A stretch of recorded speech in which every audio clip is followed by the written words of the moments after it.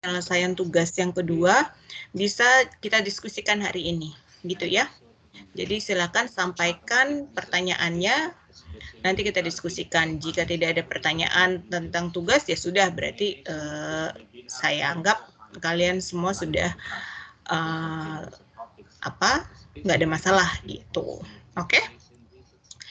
Baik, kita mulai aja langsung saja, Pak Muhar, silakan. Baik Bu, terima kasih. Saya coba share screen dulu.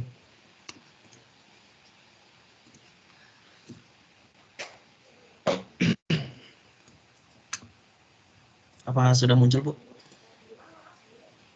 Sudah. Oke. Baik, bismillahirrahmanirrahim. Assalamualaikum warahmatullahi wabarakatuh.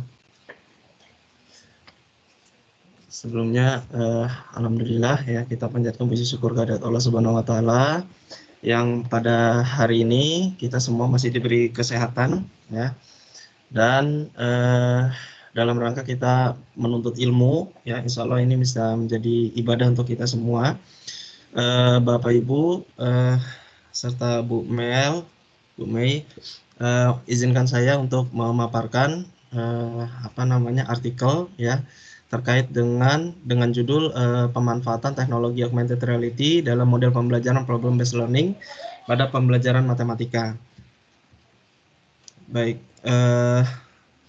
artikel ini membahas tentang pemanfaatan teknologi augmented reality dalam model pembelajaran problem based learning atau PBL pada pembelajaran matematika. Metode yang digunakan adalah kajian pustaka atau literature review dari artikel yang dipublikasikan dalam 10 tahun terakhir atau bisa dikatakan mulai dari 2011 sampai 2021. Nah, tujuan penulisan artikel ini adalah untuk mengetahui bagaimana pemanfaatan augmented reality dalam model pembelajaran PBL dalam pembelajaran matematika. Nah, dengan memanfaatkan teknologi dalam model pembelajaran PBL ini dapat meningkatkan minat dan motivasi siswa dalam belajar matematika. Nah, kita mulai dari pendahuluan.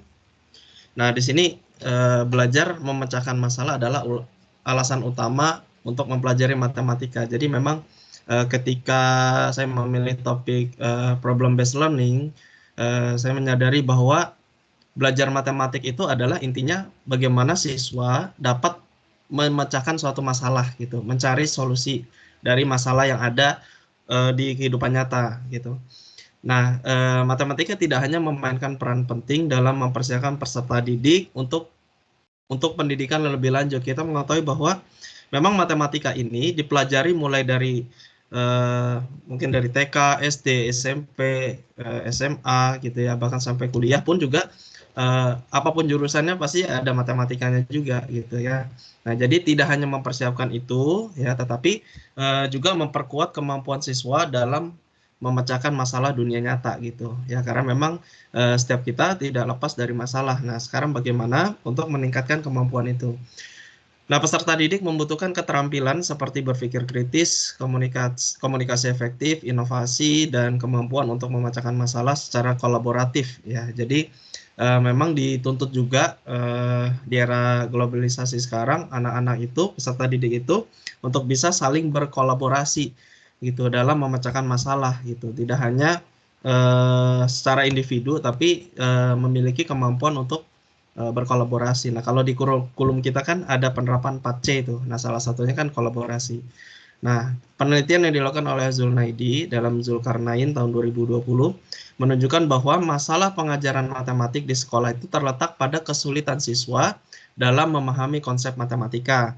Nah, siswa mengalami kesulitan dalam mengembangkan dan menyelesaikan pertanyaan konsep cerita atau kontekstual. Nah, memang di sini siswa mungkin untuk soal-soal atau permasalahan-permasalahan yang levelnya C1, C2, C3, pemahaman, aplikasi gitu mungkin bisa ya, tapi dalam penelitian ini katakan bahwa siswa itu mengalami kesulitan gitu dalam menyelesaikan pertanyaan-pertanyaan yang levelnya lebih tinggi atau yang dia kontekstual gitu.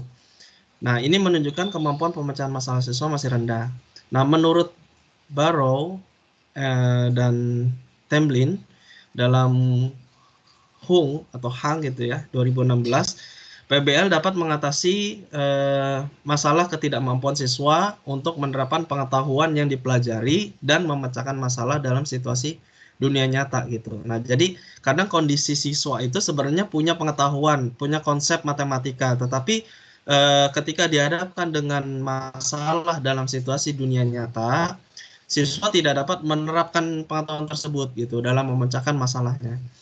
Nah, augmented reality ini merupakan teknologi yang mampu menggabungkan dunia animasi dan dunia nyata secara real time gitu. Jadi pada saat yang bersamaan dalam dunia nyata itu bisa bisa ditampilkan dunia animasi. Jadi teknologi augmented reality ini ya bisa kita manfaatkan untuk menyajikan masalah yang direncanakan gitu. Jadi kalau mendesain pembelajaran ya apalagi untuk problem based learning ini kan inti dari pembelajaran itu kan di masalahnya gitu ya. Nah, teknologi augmented reality ini itu dapat membantu kita sebagai guru untuk menyajikan masalah tersebut supaya masalah tersebut itu dapat memicu minat dan motivasi belajar siswa gitu. Nah, kadang ada masalah yang tidak dianggap masalah oleh siswa. Jadi ada kita buat masalah, kemudian siswa mungkin menganggapnya ya udahlah saya nggak terlalu tertarik gitu dengan masalah yang kita buat. Kayak contoh beberapa soal gitu ya dalam geometri misalnya. Nah, ini ada kubus, kemudian di situ ada semut atau ada lampu, kita menghitung jarak semut dan lampu. Nah, ini kan masalah, tapi bagi siswa itu bukan masalah gitu. Karena reaksi mereka untuk apa kita menghitung jarak itu gitu ya. Nah, jadi bagaimana kita bisa meng-create masalah dan menyajikannya secara menarik sehingga itu bisa meningkatkan minat dan motivasi belajar siswa. Dan harapannya dapat berdampak positif dengan kepada kemampuan pemecahan masalah siswa. Oke, selanjutnya metode. Nah, metode penelitian digunakan itu literature review. Studi ini mengkaji beberapa artikel terkait model pembelajaran problem based learning dan teknologi augmented reality. Nah, artikel-artikel yang dianalisis diperoleh dari database Senderek, Springer, dan Google Scholar. Nah, jurnal dari artikel tersebut itu terindeks Scopus dengan kategori Q1 dan Q2 yang dipublikasi dalam 10 tahun terakhir. Nah, fokus penelitiannya itu adalah bagaimana memanfaatkan atau pemanfaatan augmented reality dalam model pembelajaran problem based learning pada pembelajaran matematika. Hasil dan pembahasan. Kita mulai dari definisi dari problem based learning. Nah, di sini ada dua pendapat dari ahli. Yang pertama menurut Barrow. Nah, PBL adalah suatu pendekatan pembelajaran yang meliputi masalah yang tidak terselesaikan dan tidak terstruktur yang disajikan kepada siswa. Kegiatan yang berpusat pada siswa di mana siswa menentukan apa yang mereka butuhkan untuk belajar, kemudian tutor yang bertindak sebagai fasilitator dan peserta didik yang bekerja sama dalam kelompok kecil. Kemudian menurut Sangi pada tahun 2016 PBL adalah metode pembelajaran yang bertujuan untuk memberikan pengalaman belajar yang berfokus pada siswa melalui proses penemuan mulai dari investigasi, penjelasan dan penyelesaian masalah.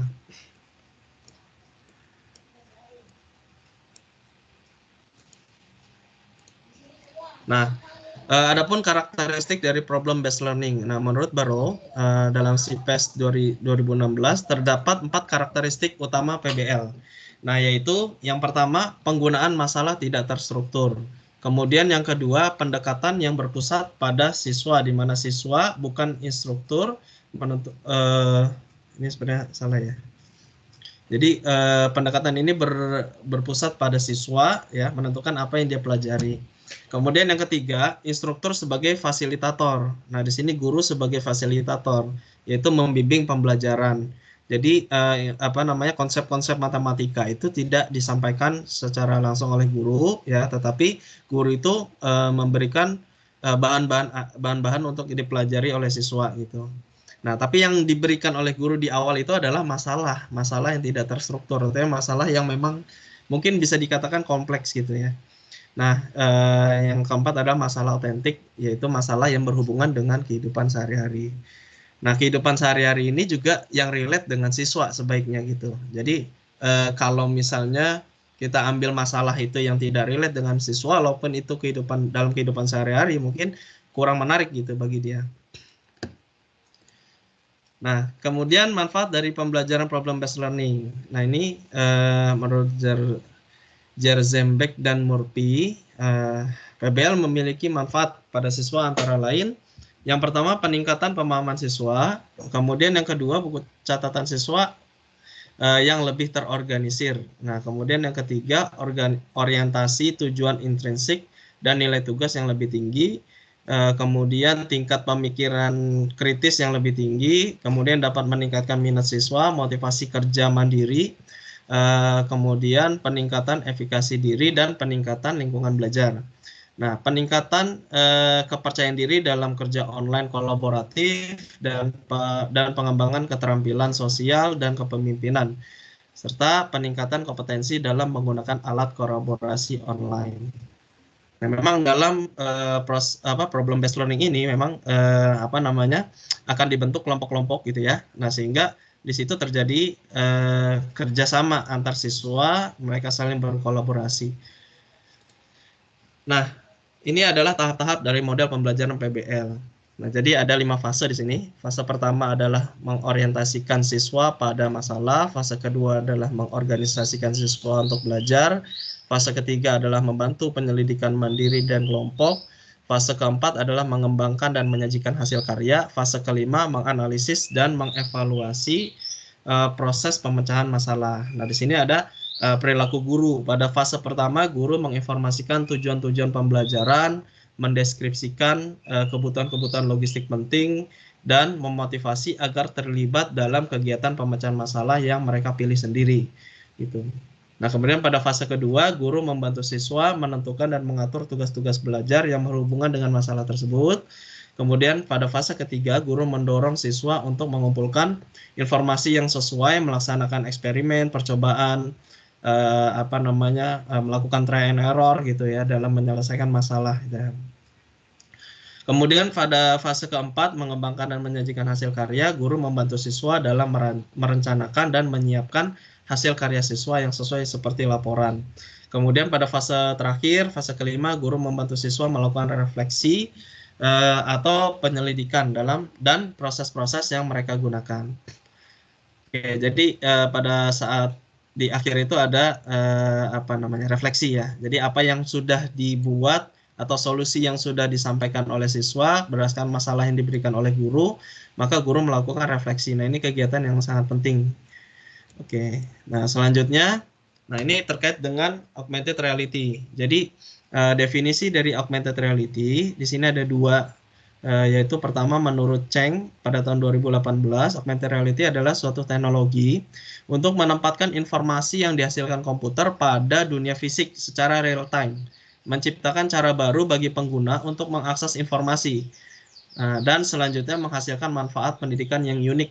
Nah, jadi memang di sini augmented reality itu menciptakan cara baru. Jadi biasanya kalau kita ingin mengakses suatu informasi, kan kita bisa lihat video atau kita membaca buku gitu ya.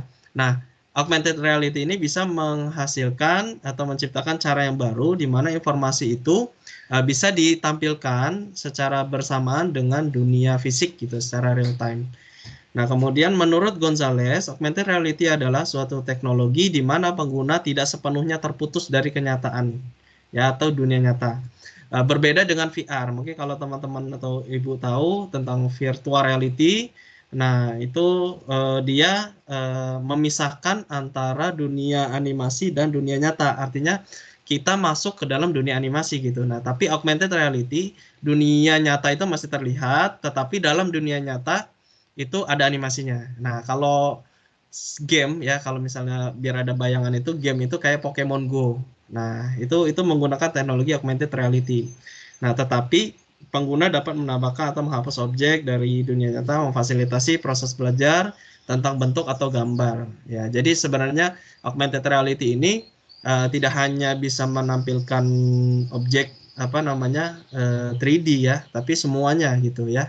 Video pun juga bisa, atau apa namanya penjelasan dari kita ya, atau memunculkan diri kita sendiri dalam aplikasi itu juga bisa.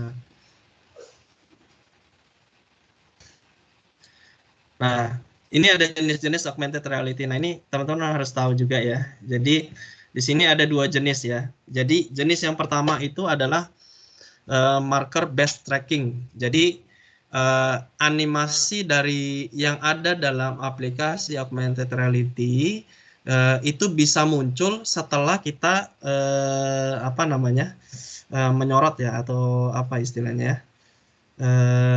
Jadi ada marker di situ, ada penanda. Kemudian kalau kamera itu mengarah ke barcode itu atau penanda itu, maka muncul aplikasi apa animasinya gitu. Nah, itu ya marker based tracking ya. Nah, sedangkan kalau yang kedua ini lebih canggih lagi, markerless augmented reality. Jadi tanpa adanya marker, kita bisa menampilkan animasi gitu. Nah, kalau teman-teman coba explore dari apa namanya aplikasi GeoGebra, nah itu GeoGebra ini update update tentang teknologi augmented reality. Jadi dia ada augmented reality untuk yang GeoGebra. Jadi apa yang kita hasilkan dalam aplikasi GeoGebra itu bisa kita munculkan dalam kehidupan nyata. Nah, itu konsep augmented reality. Gitu. Ya, nah ini bahkan juga ada yang menggunakan GPS. Jadi GPS based tracking. Nah, ini yang saya bilang tadi apa namanya kayak Pokemon Go gitu ya. Jadi Pokemon Go itu dia menggunakan GPS based tracking. Oke, selanjutnya, nah di sini. Jadi tadi kan PBL itu ada beberapa tahap ya, ada 5 tahap di sini. Nah, sekarang bagaimana memanfaatkan augmented reality dalam model pembelajaran problem based learning. Jadi sebenarnya fungsi augmented reality dalam PBL itu bukan berarti harus semua fasenya menggunakan teknologi augmented reality. Justru yang paling utama itu adalah di langkah-langkah awal biasanya gitu. Karena ini menentukan ketika anak itu sudah senang atau semangat gitu untuk menyelesaikan suatu masalah ya, maka dia akan terlibat dalam pembelajaran gitu. Nah, jadi dalam penyajiannya kita gunakan augmented reality. Nah, maka pada fase 1 dalam mengorientasi siswa, guru itu menyampaikan tujuan pembelajaran. Tentu itu yang selalu kita lakukan pada saat pertemuan awal gitu ya. Kemudian selanjutnya guru meminta siswa untuk mengakses aplikasi augmented reality di mana di dalam aplikasi tersebut itu terdapat beberapa masalah nyata dalam kehidupan sehari-hari berupa animasi 3D gitu ya. Nah, kemudian pada fase kedua, guru itu siswa itu dibagi menjadi beberapa kelompok. Kemudian siswa diminta untuk membuat perencanaan dalam memecahkan masalah yang terdapat pada aplikasi augmented reality. Nah, pada fase ketiga, nah di sini bisa juga augmented reality itu digunakan untuk menampilkan konsep-konsep yang dapat digunakan siswa sebagai pengetahuan dasar. Artinya gini, masalah yang disampaikan itu kan dia harus kompleks. Ya, kemudian otentik dalam kehidupan nyata. Nah, dalam menyelesaikan masalah-masalah tersebut, guru sebagai fasilitator kan bisa memberikan bahan-bahan untuk sebagai pengetahuan awal gitu ya. Artinya apa saja yang dibutuhkan untuk apa namanya menyelesaikan masalah tersebut gitu.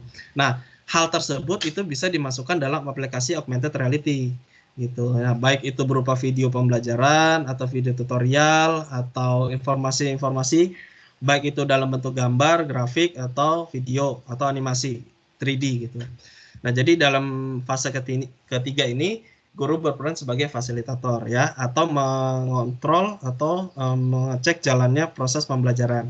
Nah, kemudian pada fase keempat ya apa namanya guru membantu siswa dalam menyiapkan hasil karya siswa. Artinya setelah masalah diberikan melalui aplikasi augmented reality, kemudian siswa dibagi menjadi beberapa kelompok kecil, kemudian dalam kelompok kecil itu mereka berdiskusi, kemudian ketika untuk mencoba mencari solusi dari masalah yang diberikan itu, mereka bisa melihat dalam aplikasi augmented reality, dan setelah itu mereka menemukan solusi, kemudian disajikan disajikan hasil karya mereka atau hasil diskusi kelompok mereka gitu. Kemudian mereka mempresentasikan. Nah, ini dalam fase keempat.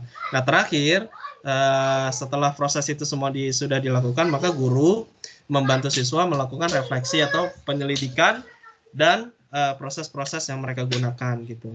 Nah, jadi kesimpulannya adalah dengan menerapkan model pembelajaran PBL dapat membantu siswa dalam mengembangkan kemampuan untuk menggunakan pengetahuannya dalam memecahkan masalah dunia nyata dan melatih berkolaborasi dalam kelompok, di mana keterampilan tersebut dibutuhkan di era globalisasi saat ini. Nah, kunci utama dalam pembelajaran PBL itu adalah masalah yang dirancang guna memicu motivasi siswa untuk mempelajari pengetahuan yang diperlukan untuk memecahkan masalah kehidupan nyata. Nah, dengan memanfaatkan teknologi dalam desain pembelajaran PBL akan meningkatkan motivasi siswa dalam belajar khususnya menggunakan teknologi augmented reality. Nah, hal ini dikarenakan teknologi augmented reality mampu menggabungkan permasalahan yang dirancang menggunakan animasi atau dunia animasi dengan dunia nyata secara real time. Oke, mungkin itu yang bisa saya paparkan terkait dengan judul artikel pemanfaatan teknologi augmented reality dalam model pembelajaran PBL pada pembelajaran matematik.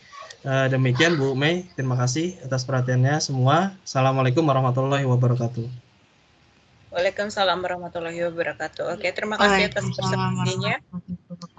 Oke, sekarang diskusi tanya jawab. Ada pertanyaan untuk Muhar?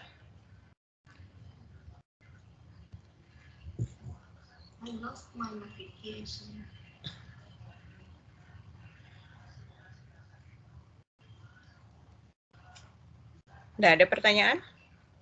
Ibu Flavia, ada komentar? Silakan. Baik, Bu. Ini tadi terkait dengan pemanfaatan teknologi AR dalam pembelajaran PBL ya, Pak ya. Nah, di sini tadi lebih ke ini ya, lebih ke bab 2 banget kayak gitu. Jadi AR sendiri, PBL sendiri kayak gitu, jenis-jenis, definisi, lebih banyak ke situnya. Terus untuk papernya sendiri saya nggak tahu, saya belum lihat. Saya lihat kok nggak ada di ininya. Iya, betul Bu. Nah, namanya untuk artikel itu memang saya belum selesai menyusunnya Bu. Ya. Baik, gak apa-apa. Terus di terakhir menjawab ya fokusnya apa terkait dengan pemanfaatan AR dalam pembelajaran PBL. Nah, itu pertanyaannya tuh dapat dari mana ya? Itu dari literatur atau opininya Bapak atau bagaimana itu? Nah, itu saya menggabungkan antara fase literatur yang saya peroleh terkait dengan fase PBL, kemudian dengan konsep augmented reality. Jadi itu emang bukan dari artikel kalau yang di terakhir itu. Bapak sendiri? Iya. Nah, itu juga jangan kayak gitu. Jadi kalau Bapak udah menyatakan itu, berarti orang mengira itu sebagai suatu penelitian kayak gitu loh. Jadi kan itu nggak ada, kecuali kalau dari beberapa literatur terus Bapak buat oh ini loh kebaruan saya kayak gitu. Tapi dari literaturnya mendukung kayak gitu. Di sini kan nggak ada, belum ada ya. Di kebaruannya kan belum ada yang membahas AR ini terhadap PBL ya Pak ya? Iya, saya nggak menemukan artikel itu Bu.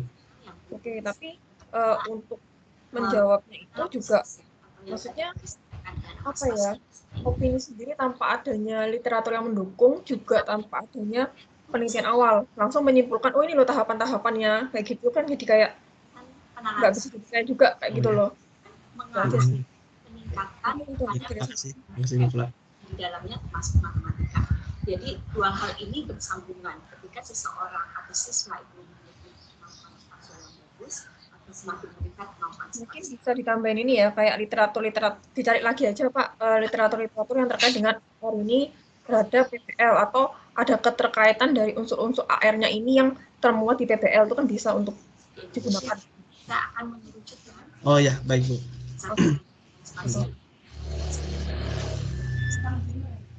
kita lihat, teman-teman semuanya juga sadar dan sudah jadi isu umum ya, bahwa kemampuan matematika sesuai di Indonesia. Masih ada Bu Flavia? Cukup. Oke. Ya, Pak Muhar, saya juga ini kan belum ada papernya ya, jadi saya belum bisa banyak berkomentar gitu kan. Tapi tadi yang Anda paparkan itu kebanyakan kan memang masih dalam tahap definisi gitu ya. Masih tipe-tipe definisi gitu. Sementara sebaiknya sih bisa diperdalam lagi, gali lagi gimana sih penelitian-penelitian yang sudah dilakukan begitu. Bagaimana sih augmented reality diterapkan di pembelajaran matematika, misalkan gitu ya. Contoh-contoh yang sudah diteliti orang, bagaimana mereka melakukannya, bagaimana hasilnya, itu yang informasi itu yang penting ya, yang kita pengen tahu gitu. Jadi nanti ketika kita mau aplikasikan augmented reality di kelas, kita lebih siap gitu loh, sudah mempelajari bagaimana itu dilakukan sebelumnya, seperti itu ya. Ya, baik Bu. Jadi perdalam lagi, cari-cari lagi, baca-baca lagi dan gali tentang itu gitu. Ya. Jadi jangan hanya di tataran pengertiannya saja gitu. Ya, pengertian itu penting, kita wajib tahu, kita wajib mengerti, tapi setelah itu yang tidak kalah penting adalah di level implementasinya bagaimana gitu ya. Mungkin Ya, itu baik, ya yang harus diperbaiki. Dan selesaikan papernya segera ya, karena deadline-nya besok kan? Tanggal 2 kan? Ya. Gitu. Jadi seperti itu ya, Pak. Ya, Oke. baik. Terima kasih. Sekarang saya cukupkan untuk Pak Muhar. Terima kasih. Sekarang kita lanjutkan dengan diskusi tanya jawab untuk yang lain. Jika ada pertanyaan, silakan sampaikan sekarang. Di mana nantinya tidak hanya kemampuan spasial yang meningkat, tetapi juga materi yang dibahas dari kurikulum yang kita coba intervensi tersebut. Jadi secara singkat, kalau ada pertanyaan? Spatializing kurikulum. Gimana progres papernya? Lancar-lancar semua? Dan memasukkan kegiatan-kegiatan atau aktivitas masih dalam tahap revisi Bu kalau saya. itu yang saya lakukan dalam intervensi saya. Mungkin agar lebih jelas tidak terlalu abstrak, saya berikan salah satu contoh. Ini salah satu Oke, kalau tidak ada pertanyaan yang berarti cukup ya untuk hari ini kalau begitu. Terima kasih banyak. Bu, sebentar. Oh. Ada waktu itu saya dapat pertanyaan titipan dari Roselin tentang kebaharuan, tapi saya agak lupa, ini lagi baca chatnya dulu Bu. Bagaimana mereka tentang kebaharuan itu maksudnya cara cari tahunya itu gimana mungkin gitu Bu? Tapi volumenya beda-beda. Nah, cara mencari tahu kebaruan ya adalah dengan Anda bisa menunjukkan apa yang belum diteliti orang. Ya, untuk tahu apa yang belum diteliti, berarti kan Anda harus cari apa yang sudah diteliti orang, ya kan? Makanya baca-baca tuh literaturnya, paper-papernya. Oh, yang sering diteliti orang tentang apa saja sih? Oh, sudah ada nih penelitian tentang ini, tentang itu, tentang ini, tentang itu kan banyak.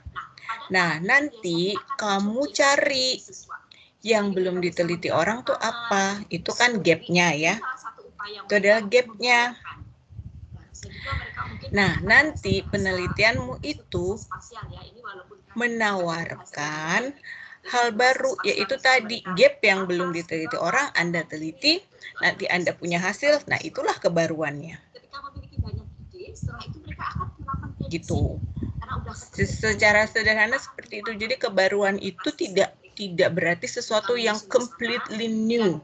Enggak. Karena penelitian itu tidak bisa ujuk-ujuk sesuatu yang baru jatuh dari langit. Enggak mungkin. Penelitian itu harus dibangun dari penelitian-penelitian pengetahuan-pengetahuan sebelumnya. Gitu. Jadi pelajarilah penelitian-penelitian sebelumnya. Oh, ini sudah ada nih penelitian tentang augmented reality untuk matematika. Ada yang di SD, SMP, SMA. Oh, mereka melakukannya dengan apa gitu. Misalkan pada materi apa. Oh, kebanyakan pakainya materi geometri mungkin ya, karena geometri kan lebih banyak kebutuhan untuk spasialnya, misalkan gitu. Terus mungkin kamu ingin menggabungkan itu dengan apa gitu. Oh, ada juga nih augmented reality untuk STEM misalkan gitu. Nah, terus nanti kamu inikan lagi tapi belum ada nih yang melakukannya untuk di misalkan di SD level bawah ya, kelas 1, 2, 3 gitu. Oh, saya mau meneliti tentang itu deh, misalkan gitu. Ya. Nanti itu menjadi kebaruan penelitian kamu setelah kamu menemukan hasil penelitiannya. Nah, itu saya bicara untuk kasus penelitian yang komplit ya, tesis dan lain sebagainya. Bukan untuk paper literatur review. Oke? Bukan. Tapi pada dasarnya mirip gitu. Ketika kamu mengkaji paper literatur review, ya kamu baca gitu ya. Mungkin sudah ada orang yang menulis literatur review tentang topik itu. Tapi saya kan selalu menanyakan fokus kamu apa gitu. Jadi di setiap paper literatur review itu harus ada fokusnya. Nah, fokusnya itu nanti akan menjadi kebaruan kamu karena mungkin fokus itu belum pernah dibahas atau ditulis oleh orang lain gitu loh. Misalkan ketika kamu mau membahas tentang augmented reality, ya pertama pengertian augmented reality tipe-tipe, tapi kemudian fokusnya lain apa? Misalkan isu-isu atau masalah-masalah terkait implementasi augmented reality. Gitu. Kamu cari itu dari penelitian-penelitian orang. Ketika mereka menerapkan itu, mereka menemukan kendala apa saja sih? Nah, kan kamu analisa tuh, kamu sintesa, kamu paparkan. Oh, bahwa untuk melakukan menggunakan augmented reality, penelitian-penelitian sebelumnya menemukan beberapa kendala begini.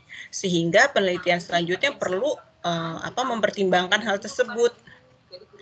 Dan paper ini juga menawarkan, misalkan solusinya bisa kamu ambil dari paper-paper sebelumnya, jadi kamu cross reference gitu loh. Jadi kalau masalahnya ada di akses terhadap teknologinya, kira-kira kendalanya apa? Kalau masalahnya ada di kemampuan guru dalam memanfaatkan teknologi itu yang masih rendah, berarti nanti solusinya apa menurut literatur gitu kan? Misalkan harus ada pelatihan guru terlebih dahulu, pelatihan guru yang seperti apa gitu. Jadi itu kamu tawarkan berdasarkan literatur yang kamu baca ya. Ingat, paper literatur review kamu nggak punya data, kamu tidak melakukan penelitian. Datamu ya itu yang kamu baca. Jadi paper-paper itu kita anggap sebagai data gitu. Jadi kamu menganalisa itu, terus yang saya maksud menganalisa adalah bagaimana kamu mengolah informasi-informasi yang kamu dapat dari beragam paper yang kamu baca, mengkategorikan informasi-informasi tersebut, kemudian mengelompokkan, ada yang sejenis, ada yang berbeda, terus mencari jika ada perdebatan di dalam situ. Nah, itu gitu. Jadi nanti ketika paper literatur reviewmu jadi, orang yang baca kemudian akan memperoleh informasi baru. Oh, ternyata untuk augmented reality itu begini gitu. Itulah keterbaruan ya.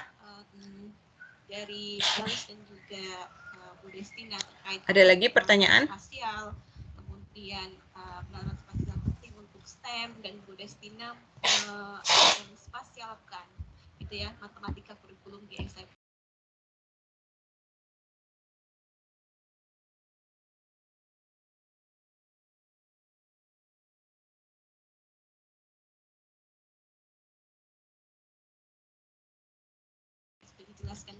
Nggak ada? Sudah cukup jelas? Laili, Roselyn?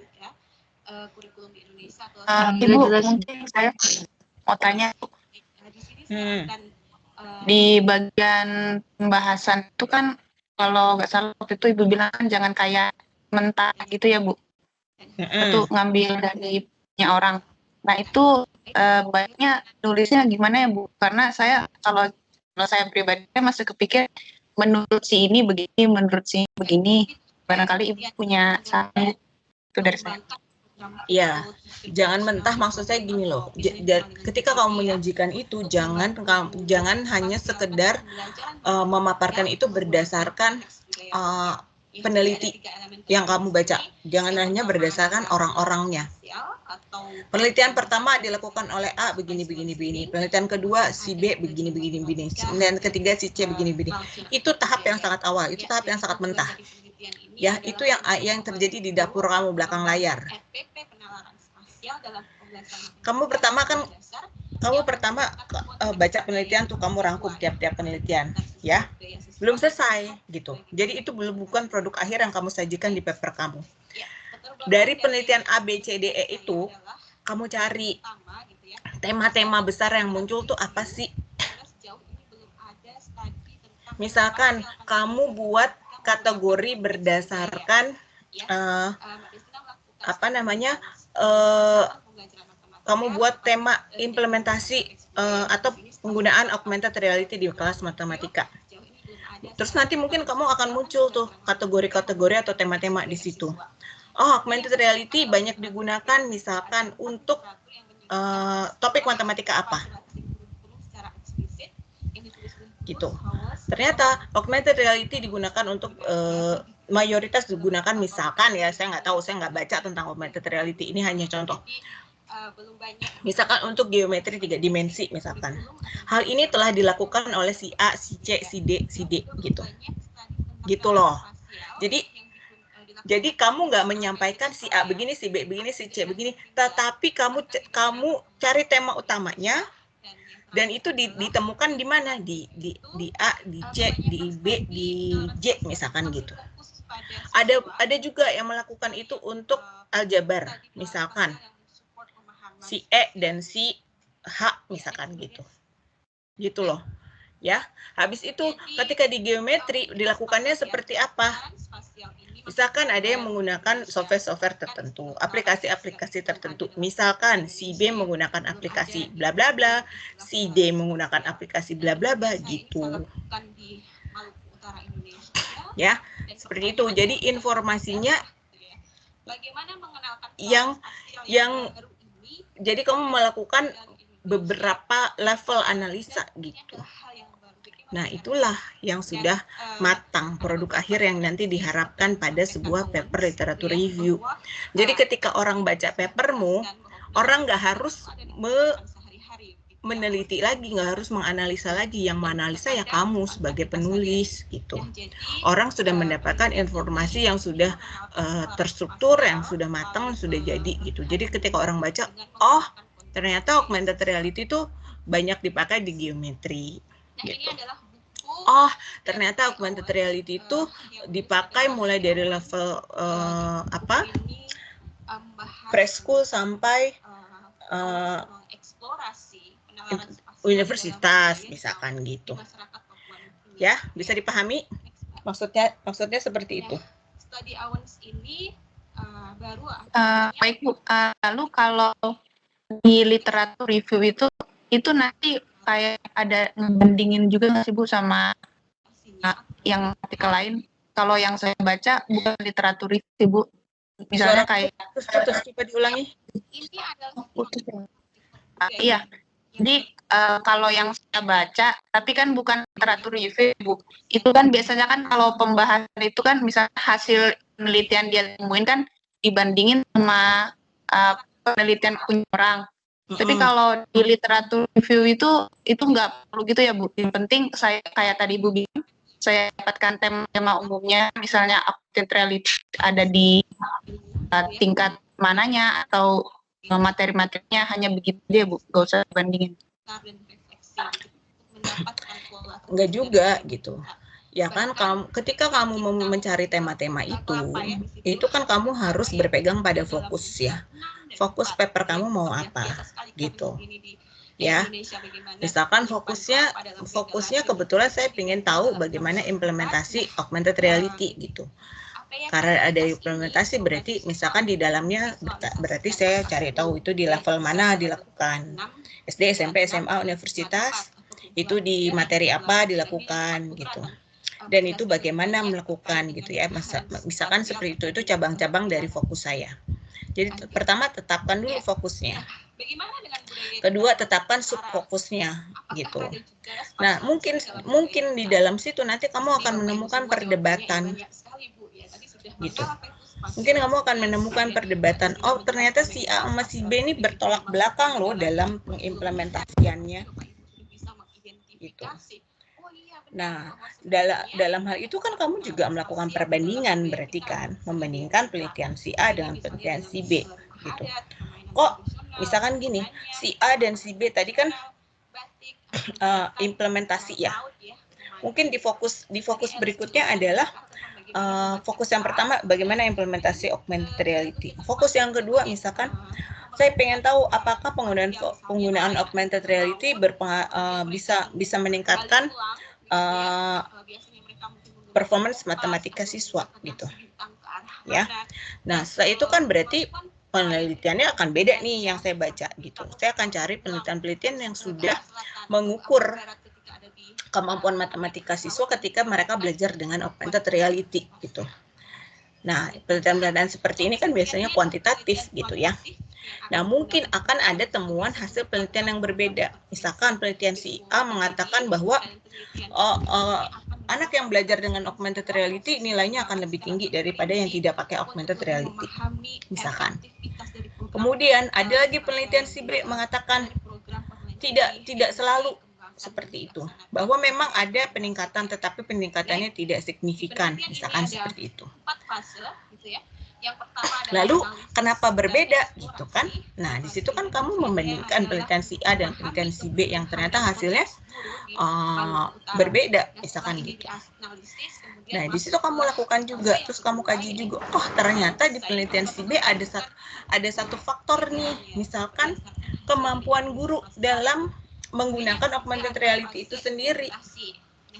Ya kan, gimana kita bisa pakai augmented reality di kelas kalau gurunya belum punya capability to use that in their classroom gitu loh, ya. Nah, ternyata setelah kamu kaji lagi, kamu bandingkan penelitian si A dengan si B. Oh, penelitian si A dilakukan di sebuah negara yang kondisinya memang negara maju, terus fasilitas teknologinya tersedia dan lain sebagainya. Sementara penelitian si B dilakukan di negara yang berbeda dengan kondisi yang tidak seberuntung negara si A, misalkan gitu. Oh, berarti di situ ada perbedaan konteks, perbedaan kondisi. Nah, mungkin itu menyebabkan perbedaan hasil gitu. Jadi di situ juga kamu kaji gitu. Jadi jangan sekedar menuliskan ini hasil si A, ini hasil si B. Tapi kalau kamu bisa kaji lebih dalam, oh ternyata kamu tuliskan juga tuh hasil penelusuran kamu. Oh ternyata kemungkinan yang ternyata setelah dipelajari dua paper ini, metodologinya ada perbedaan. Misalkan di penelitian A, gurunya sudah dikasih workshop dulu, gurunya diberikan pelatihan dulu untuk melakukan augmented reality itu. Di penelitian B tidak ada tuh pelatihan untuk gurunya, jadi gurunya tanpa pelatihan. Oh ternyata hasilnya berbeda. Oh mungkin itu gitu. Kamu bisa mengasumsikan gitu ya. Oh mungkin penyebabnya adalah di situ, di kemampuan guru. Misalkan kayak gitu. Jadi boleh kamu bandingkan juga. Jadi kamu bandingkan kalau ada perbedaan pendapat gitu, kalau ada debat, ada argumen yang berbeda dari peneliti-peneliti sebelumnya. Nah, dengan seperti itu kamu fair gitu loh. Kamu menunjukkan nih bahwa ini itu ada perbedaan. Jadi pembaca tuh gitu. Pembaca jadi sadar gitu. Oh ternyata ini tuh belum satu suara peneliti-peneliti itu gitu. Masih ada perbedaan-perbedaan gitu, ya. Ya, baik Bu. Terima kasih Bu. Ya, sama-sama. Ada lagi pertanyaan yang lain? Ibu, saya mau nanya Bu. Ya. Bu, keterkaitannya misalnya kan kita untuk sekarang ini kan belum dapat pembimbing ya Bu ya? Ya. Kalau misalnya untuk kita mengajukan biar ada pembimbingnya itu bagaimana ya Bu urutannya Bu? Pembimbing apa nih?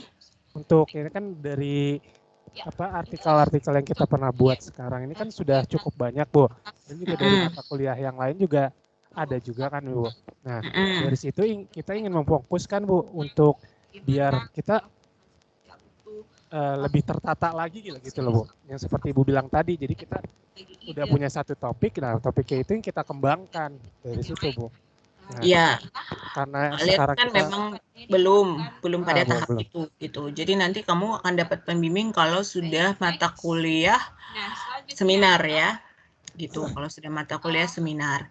Tapi kalau kamu mau melanjutkan papermu ini untuk publikasi, misalnya nih paper dari PPPM nih, kamu mau submit ke jurnal atau kamu mau submit ke conference gitu ya, kamu silakan aja hubungi saya gitu, hubungi Bu Flavia, nanti kita tulis sama-sama, kita perbaiki sama-sama. Kalau memang tujuannya ke publikasi, saya akan senang membantu gitu ya. Tapi itu hanya untuk publikasi ya. Kalau untuk tesis saya tidak berani gitu ya mengambil langkah sekarang karena nanti kan yang menetapkan pembimbing tesis Korprodi gitu. Dan nanti ke depan saya nggak tahu siapa yang akan ditetapkan sebagai pembimbing kamu. Kalau kebetulan saya ya kita bisa maju. Tapi kalau bukan kan nanti khawatir ada perbedaan cara pandang dengan pembimbingmu nanti gitu loh. Jadi sebaiknya saya tidak ke arah sana gitu. Tapi kalau ke arah publikasi, oke, yuk kita kerjain sama-sama gitu untuk meningkatkan publikasi mahasiswa gitu, ya. Oke Bu, baik Bu. Berarti nanti tetap kita harus nanya dulu ya Bu ke Kaprodinya dulu ya Bu ya. Iya, ke Korprodi gitu. Tapi kamu memang belum saatnya untuk dapat pembimbing gitu kan sekarang gitu. Nanti di semester berapa ya? Semester 3 kalau nggak salah ya. Iya Bu, semester kuliah. nanti. Iya gitu. Tapi ya nggak apa-apa gitu. Maksudnya kamu kan udah punya beberapa paper ya. Paper itu kan jadi tabunganmu gitu. Jadi tabungan. Jadi nanti begitu dapat pembimbing, kamu udah bisa mulai nyusun draft gitu, udah nggak dari nol lagi kan. Gitu. Ya Bu, makasih Bu. Ya.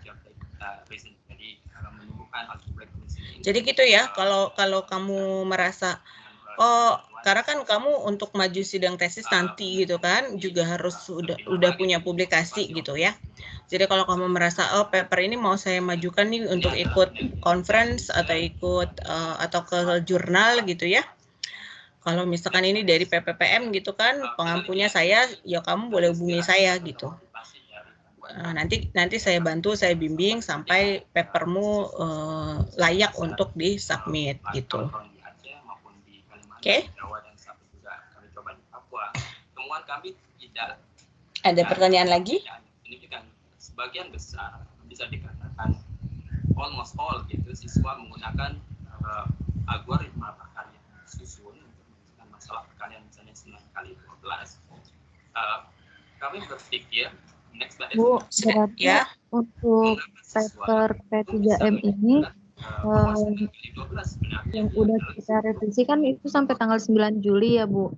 Nah kalau misalnya niat kita buat dipublikasi lewat dari misalnya pas udah submit ternyata masih harus revisi lagi gitu Bu sampai batas 9 Juli itu berarti nanti kalau niatnya untuk publikasi tetap direvisi terus sampai akhirnya layak terus dipublish gitu ya Bu ya? Iya. Ya, jadi kalau memang untuk publikasi, untuk kebutuhan publikasi, kalaupun itu sudah melewati semester ini nggak masalah gitu ya, nggak masalah. Misalkan nanti kamu ada conference di bulan apa gitu ya, kamu mau submit itu misalkan bulan Agustus atau September, nggak masalah, nanti tetap kita kerjakan sama-sama gitu, tetap saya bimbing kalau tujuannya untuk publikasi, ya. Tapi kamu harus komitmen gitu ya. Jadi kita proses pembimbingannya itu nanti kalau untuk paper kan biasanya sangat intens ya karena ada deadline-nya. Karena ada deadline kalau untuk conference gitu ya. Jadi kita harus punya timeline yang tegas gitu. Misalkan tiap minggu draftnya diperbaiki gitu. Jadi memang butuh komitmen yang kuat dari kaliannya, ya. Kalau untuk ketentuan publish itu apakah dari pihak mahasiswanya yang bilang ke Ibu atau nantinya pas tanggal 9 Juli itu misalnya dikasih tahu paper siapa aja yang bisa untuk terus ke publish gitu Bu, atau gimana gitu Bu, atau bisa dua-duanya ya. Kalau dari inisiatif itu datang dari kamu, boleh gitu. Kalau kamu merasa termotivasi, saya mau lanjutkan ini untuk publikasi, ya silakan sampaikan ke saya ya.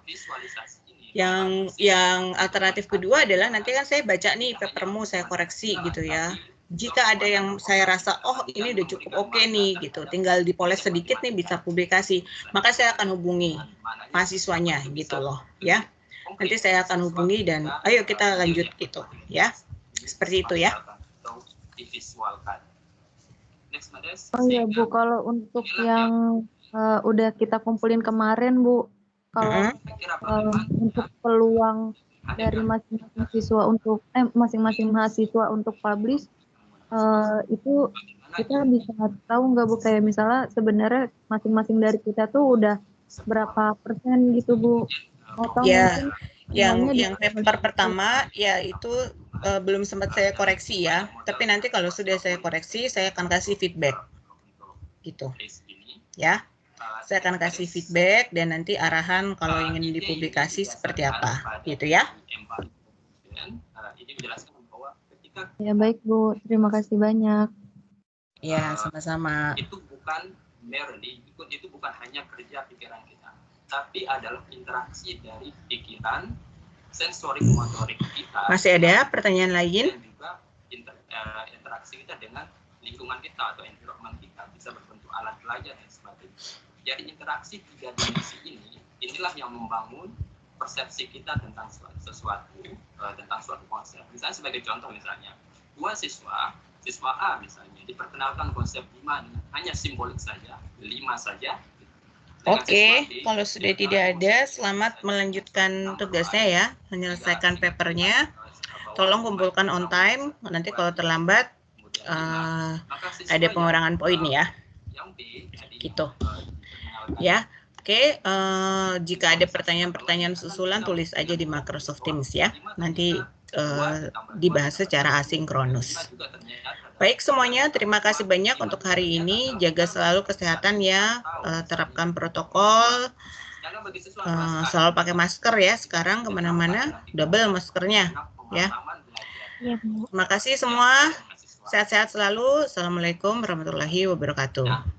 Waalaikumsalam warahmatullahi wabarakatuh. Terima kasih banyak Bu. Terima kasih Bu. Terima kasih banyak Bu.